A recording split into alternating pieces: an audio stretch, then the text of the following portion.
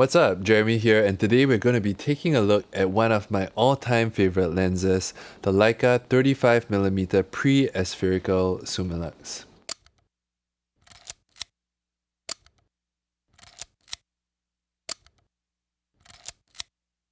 All the photos you're going to be seeing today were shot on HP5 at 1600 ISO, so pushed 2 stops, developed at 20 degrees Celsius on a rotary processor.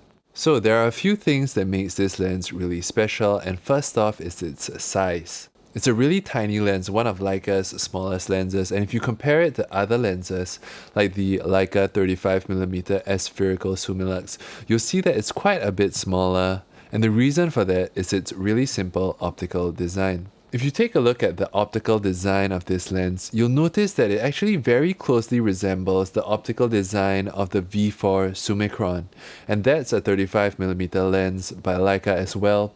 Now what that means is that certain aspects of the rendering of this lens is going to be very similar to the 35mm V4 summicron. The main differences between the pre-aspherical Summilux and the V4 summicron is that the Summilux is single coated, so that means lower contrast and lower saturation if you're shooting color film, whereas the V4 summicron is going to give you slightly more contrast and slightly more saturation. Besides that, the Summilux also opens up one more stop to shoot at f1.4, and that's a big thing if you're shooting in low light. And that brings me to what makes the pre-aspherical Summilux so unique.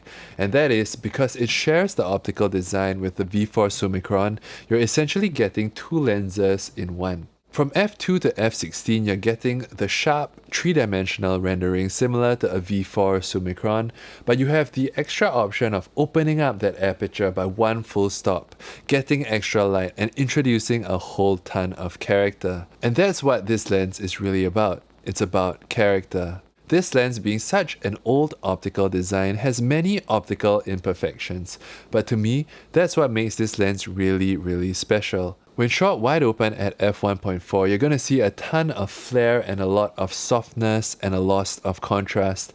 But when combined with high contrast black and white film, it gives a look that is really, really unique. I like to think of shooting wide open as almost like a special effect on this lens. For most cases, you're going to be shooting at f2 or smaller, and that's going to give you a more normal photo. But for certain scenes where you're looking for a bit more atmosphere, more air, more flare, a bit more abstraction, f1.4 on this lens does something really special that no other lens can do. And so having that extra special effect becomes an extra tool in your toolbox while you're shooting. You think to yourself, maybe I'll stop down so that the photo looks a bit more clear. Or maybe for this scene, I'll open up that aperture on this very unique lens and introduce its character to my photo. When it comes to more modern lenses like the aspherical summicron or the aspherical Summilux or the one with the floating element, the results you get from shooting wide open and shooting stop down are going to be very similar, and that gives you consistency. So if you just want more light in your lens and you don't want the look to change too much, you probably want a more modern lens. But if you want that extra sense of fog, what I perceive to be mystery, then this lens might suit you very well. I mentioned that all the photos you've been seeing were shot on a HP5, and that's where I think this lens really shines. Because HP5 and other black and white film stocks like it, when pushed 2 stops, gives quite a high contrast look. So when you pair that with a lens that is already very modern and really contrasty, certain scenes get a bit too clipped, the highlights sometimes get too pushed, the shadows fall off way too quickly to black, and they lose their detail and texture. And while that was a look that I used to like when I first stumbled upon the work of high contrast black and white shooters, people like say Daido Moriyama or Matt Black, over the years, what I've really come to love is shooting a lower contrast lens on a higher contrast film stock to give a slightly more intimate and delicate feeling photo. So you might be wondering, does this lens work well on color film? And that really depends. It depends on what you are looking for in your color photographs. Like I mentioned just now, if you use a slightly more modern lens, you're going to get more contrast and more saturation, and for me, that's what I'm looking for in my color photos. With color film, I want colors that pop. I'm looking for deep reds and vibrant blues, but with this lens, you'll be getting more muted, slightly more faded colors. So for me, I mostly only use this lens with black and white film. But that said, this lens also does something really unique on color film as well, especially if you're intentionally overexposing your color negative film to get more contrast and more saturation, or if you're pushing or over developing your color negative film, then this lens might work really well as well. It's really tiny, and it's amongst the smallest f1.4 lenses ever made. Especially if you take out the hood, you'll see that this lens is so small and discreet. But that also brings me to one of this lens's biggest downsides, and that is it doesn't have any filter threads. So if you want to use filters with this lens, you're going to have to put it in the hood. And the way that works is that the hood unscrews into two parts. You drop the filter in and you screw it back, and then you clip it to the lens.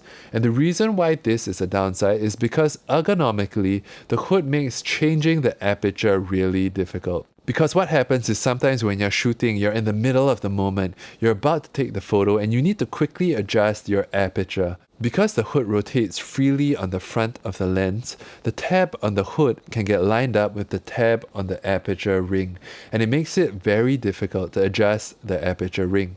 And that's one of the biggest downsides of this lens. If you're using the hood, changing the aperture ring can get pretty difficult. That said, everything else about the construction is amazing. The focusing ring is definitely amongst the nicest focusing rings I've ever felt on an M-mount lens, and I've tried many. The more modern ones, especially the ones with floating elements, can get a bit too stiff, or the ones without floating elements can be a little bit too loose, but this one is really perfect. I really love the tension on the focusing ring, the distance scale, the size, and the way it's proportioned to a film Leica. Just the way it sits on the camera makes it really nice to shoot. Now, despite being the lens that is on my camera the most, its biggest strength is also its biggest flaw. When shot wide open, because this lens imposes so much of its character on a photo, while it might look amazing and beautiful for some situations, there are times that because this lens is so optically flawed, which gives it its character, these flaws can also sometimes get in the way of the photo. Sometimes the photos look really soft, sometimes the flare gets in the way and it gets way too much. It just goes out of control and takes over the photo. But after using this lens for a while, you'll begin to learn its quirks and its weaknesses. You'll begin thinking to yourself, maybe I shouldn't put the light source so close to the edge of the frame. Or I know that if I angle the camera in this way, it's gonna give this kind of flare.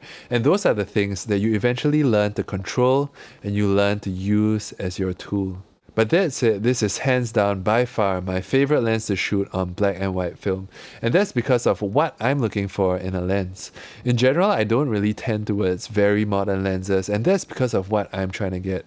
The photos that I'm looking to make are a bit more abstract, they're a bit more mysterious, they're less clear, they're less sharp, and unless I'm shooting a big negative like 6:7 or a large format, especially for my personal work, I almost never zoom in to 100% to check sharpness. And most of the time, I'm looking at the photo as a whole. How are the tones rendered? How does contrast look? How much information am I getting in my highlights or my shadows? Those are the things that I generally look out for in terms of the technicalities of the negative. And especially when I'm looking to take a photo with a certain mood, I'm really looking for a lens's character to supplement my vision. And that's what makes this lens so special to me. Knowing that this lens uses an optical design from way back in the 60s, I can imagine a version of myself that was born in the 50s, finally saved up enough money after a few paychecks, and went out to buy myself a sweet, nice 35mm pre-spherical Summilux, and went around making photos on black and white film. I'd be getting similar tones and a look that you could already get back then, but I'm getting it today. So if you have an opportunity to get this lens, to borrow it or to buy it at a good price, and if you're looking for something with character or mood, I definitely recommend that you check it out. As for me, this is definitely something I'm going to be holding on to. So that's it for today's video. I hope you found that interesting. If you have any thoughts at all, go ahead and leave them in the comment section and I'll do my best to get to them. And if you want to see more videos like this, subscribe and I'll see you in the next video.